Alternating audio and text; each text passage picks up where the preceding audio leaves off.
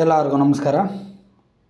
ಶ್ರೀ ಮಸನಿಕಮ್ಮ ದೇವಿ ಎಲ್ರಿಗೂ ಒಳ್ಳೇದು ಮಾಡಲಿ ಅಂತ ಹೇಳ್ತಾ, ಇವತ್ತಿನ ವಿಚಾರ ಬಂದು ಏನು 5ನೇ ತಾರೀಕು ನಡೀತಕ್ಕಂಥ ಶಕ್ತಿ ಕ್ಲಾಸಲ್ಲಿ ನಿಮಗೆ ಪ್ರತಿಯೊಂದು ವಿಚಾರವನ್ನು, ಒಂದು ಶಕ್ತಿಯನ್ನು ಹೇಗೆ ನಾವು ಪ್ರಚೋದನೆಯನ್ನು ಮಾಡಿಕೊಳ್ಬೇಕು, ಮತ್ತು ಆ ಶಕ್ತಿ ಪ್ರಚೋದನೆಯನ್ನು ಮಾಡಿಕೊಂಡಾದಮೇಲೆ ನಾವು ಅದಕ್ಕೆ ಮಂತ್ರಸಿದ್ಧಿಯನ್ನು ಮಾಡಿಕೊಳ್ಳಿಕ್ಕೆ ನಮಗೆ ಬೇಕಾಗಿರ್ತಕ್ಕಂಥದ್ದು, ಒಂದು ಮನೆಯಲ್ಲಿ ಇರ್ತಕ್ಕಂಥ ನೆಗೆಟಿವ್ ತೆಗಿಬೇಕು ಅಂತಂದರೆ ಯಾವ ಮಂತ್ರದಿಂದ ತೆಗಿಬೇಕು ಅನ್ನೋದನ್ನು ಈ ಕ್ಲಾಸಲ್ಲಿ ಹೇಳ್ಕೊಡ್ಲಿಕ್ಕಾಗ್ತದೆ.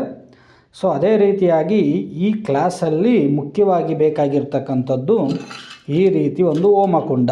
ಇದು ನಾವು ಯಾವುದೇ ಒಂದು ಮನೆಯಲ್ಲಿ ಮಾಟ ಮಂತ್ರ ತಂತ್ರ ಪ್ರಯೋಗಗಳಾದಾಗ ಈ ಹೋಮದ ಕುಂಡದಿಂದ ನಮಗೆ ಹೋಮ ಮಾಡಲಿಕ್ಕೆ ಇಷ್ಟು ಹೋಮದ ಕುಂಡ ಸಾಕು.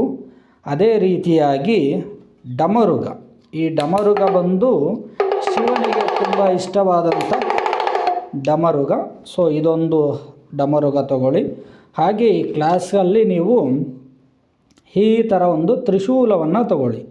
ಈ ತ್ರಿಶೂಲ ಏನಕ್ಕೆ ಅಂತಂದರೆ, ಇದರಿಂದನೂ ಯಾರಿಗೆ ಮಾಟ ಮಂತ್ರ ಆಗಿದೆ, ದೃಷ್ಟಿದೋಷ ಆಗಿದೆ, ಮತ್ತು ಯಾರಿಗೆಲ್ಲ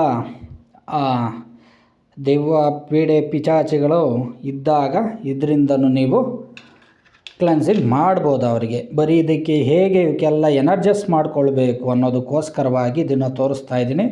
ಹಾಗೆ ನಾವು ಮಂತ್ರ ಜಪಕ್ಕೆ ರುದ್ರಾಕ್ಷಿ ಮಾಲೆ ಇದಾಗ್ತಿದ್ದಂಗೆ ಇಲ್ಲಿ ನೀವು ನೋಡ್ಬೋದು ಕಮಲಮಲೆ. ಹೀಗೆ ಇಷ್ಟೇ ನಮಗೆ ಬೇಕಾಗಿರ್ತಕ್ಕಂಥದ್ದು.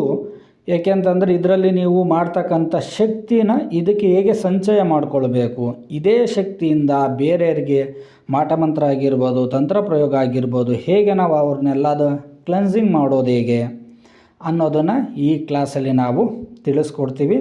ಸೊ ಈ ಕ್ಲಾಸಿಗೆ ಎಲ್ಲರೂ ಸೇರಿ ಎಲ್ಲರೂ ಕಲೀರಿ ಅಂತ ಹೇಳ್ತಾ ಈ ವಿಡಿಯೋವನ್ನು ಮುಗಿಸ್ತಾ ಇದ್ದೀನಿ. ಎಲ್ಲರಿಗೂ ಒಳ್ಳೆಯದಾಗಲಿ. ನಮಸ್ಕಾರ.